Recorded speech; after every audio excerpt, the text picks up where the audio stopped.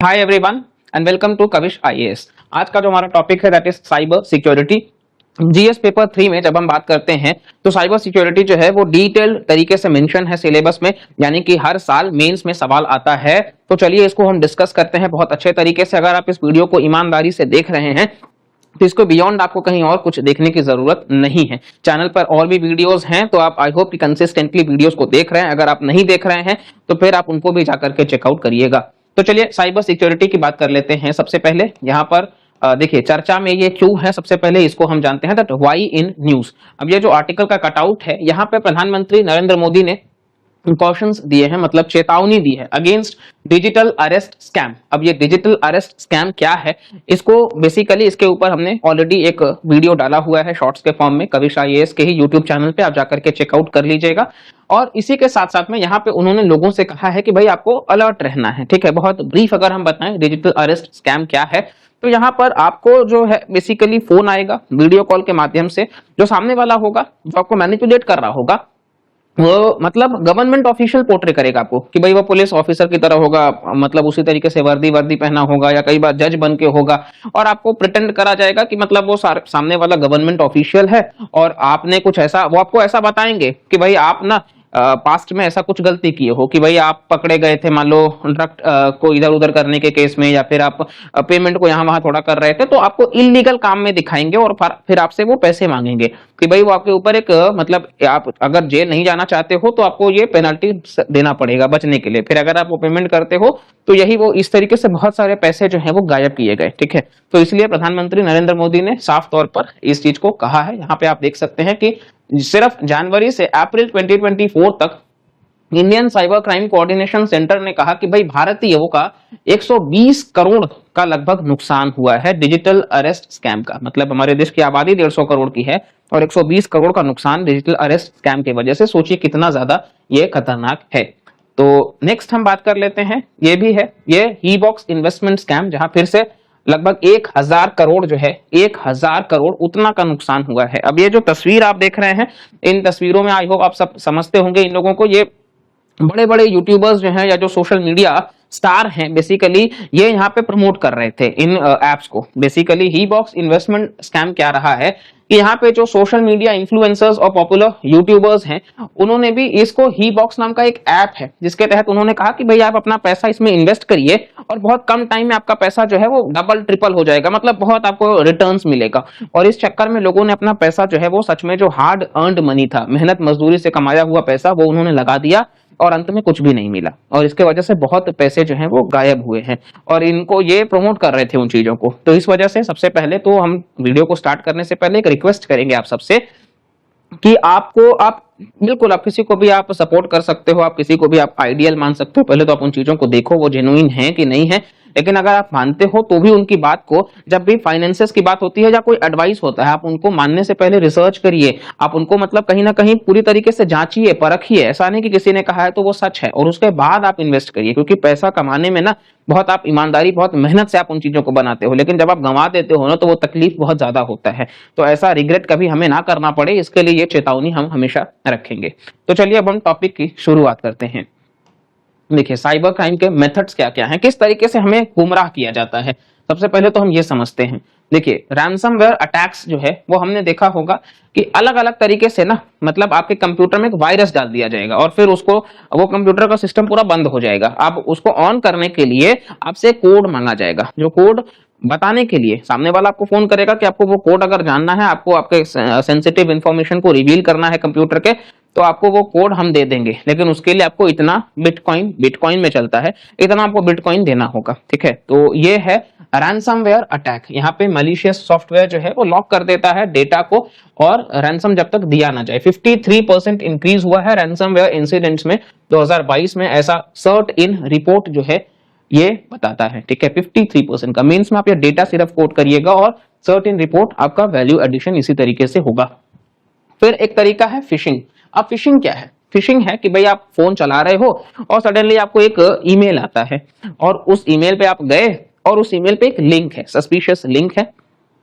आप उस लिंक को अनइंटेंशनली, आपका इंटेंशन नहीं था लेकिन आप वहां पे हो सकता है पढ़ते पढ़ते क्लिक हो गया। अब आप उस लिंक पे जब क्लिक कर देते हैं तो फिर आप अपना सारा सेंसिटिव इंफॉर्मेशन जो है वो सामने वाले को आप बता दे रहे हो।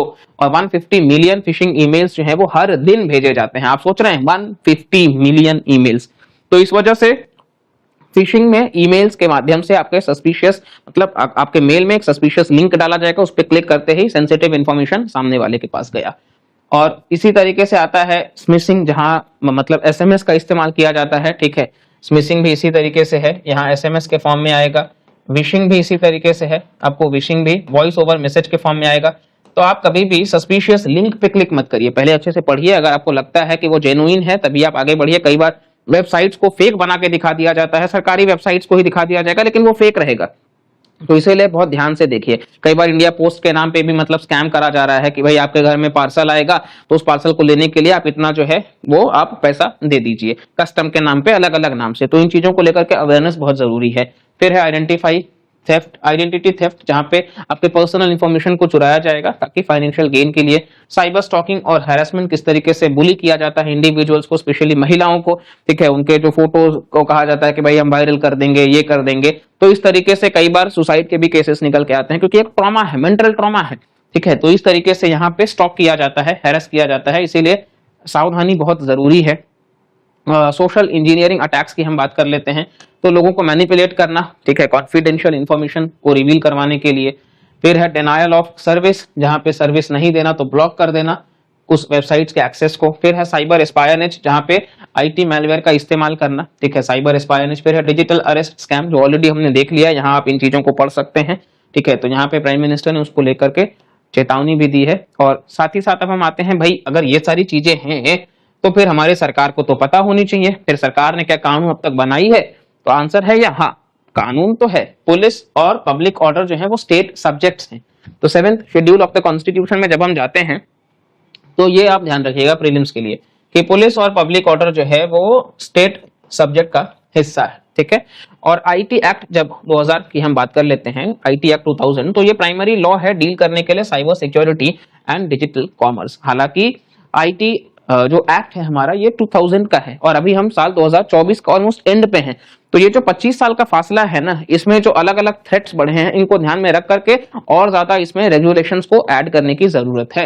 नेक्स्ट है digital personal data protection act. Data protection act लाया गया 2023 में, जहां पे पर्सनल डेटा को अगर हम किसी के ले रहे हैं तो उसके इंफॉर्मेशन के बगैर नहीं ले सकते, एक्सेप्शनल केसेस में, ठीक है। और काम हो जाने के बाद में उस डेटा को इरेज कर देना है, राइट टू बी फॉरगॉटन, ठीक है। ये बीएन श्री कृष्णा कमेटी के रिकमेंडेशंस पे लाया गया था, ठीक है। राइट टू प्राइवेसी हम सबको पता है कि जब फंडामेंटल राइट बन गया केएस पुट्टास्वामी केस से आर्टिकल 21 में, ठीक है, तो बीएन श्री कृष्णा कमेटी के रिकमेंडेशंस पे लाया गया।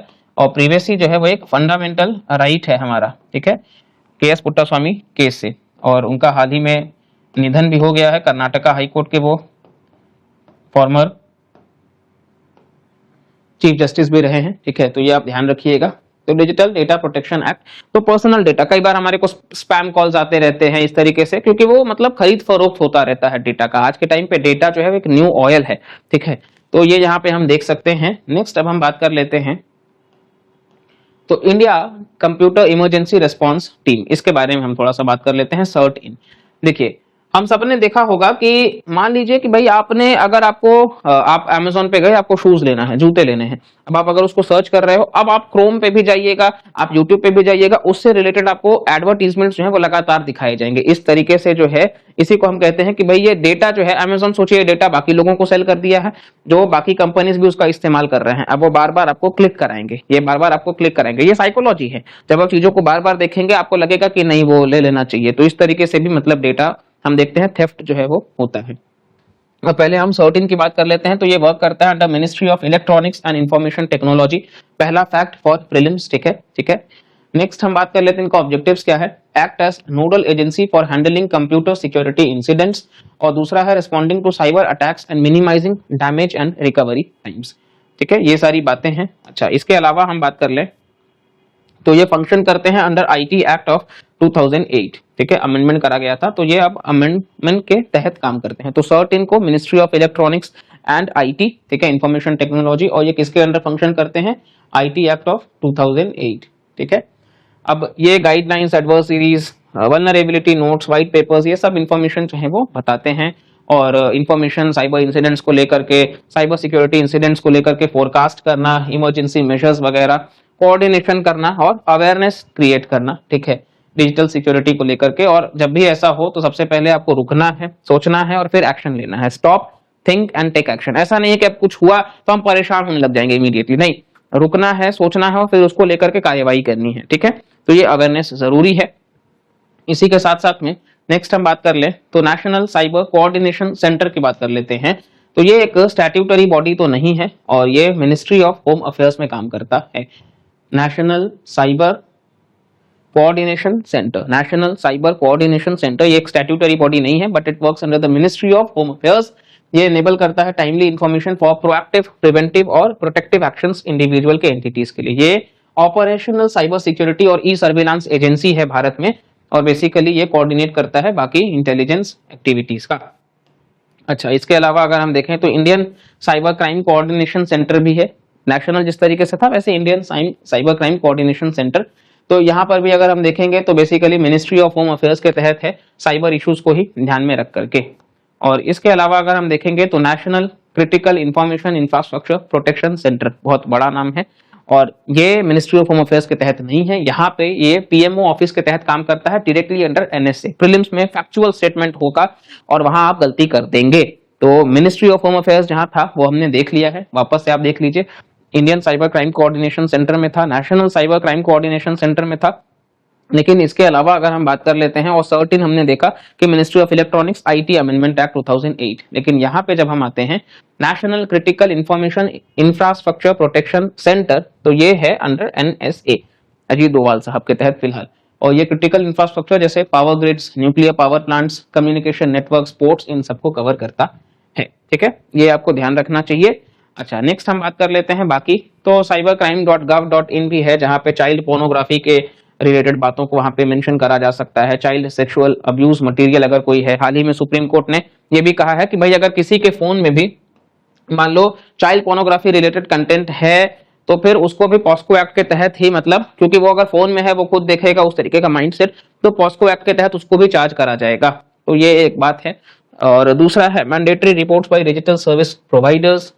और साइबर स्वच्छता केंद्र भी है मलिशियस प्रोग्राम्स को साफ सुथरा रखने के लिए। Cyber crisis management plans, mock drills और एक्सरसाइजेस कंडक्ट करना और डिजिटल इंडिया प्लेटफॉर्म, ठीक है, ये सारी बातें हैं। सबसे इंपॉर्टेंट तो ये है कि जो भी हम डिवाइस यूज कर रहे हैं वो टाइमली उसको अपडेट करना बहुत ज्यादा जरूरी है, क्योंकि वहां पे अपडेट जब हम करते हैं तो वो चीजें जो है वो कहीं ना कहीं जो मैलिशियस चीजें रहती हैं उनको वो निकाल पाते हैं, ठीक है। तो आई होप ये चीज आपको काफी ज्यादा इंफॉर्मेटिव लगा होगा, प्रीलिम्स के एंगल से भी, मेंस के एंगल से भी, तो आप इनको बहुत अच्छे से कंक्लूड कर पाइएगा। तो इसी के साथ में इस वीडियो को हम यहीं पर एंड करेंगे। बाकी भी चैनल पर वीडियोस हैं तो आप बने रहिए चैनल के साथ में, और इस वीडियो से आपको वैल्यू मिली हो तो लाइक करिएगा, सब्सक्राइब करिएगा और बाकी लोगों को भी शेयर करिएगा। मिलते हैं अगले वीडियो में, तब तक के लिए bye bye, take care and जय हिंद।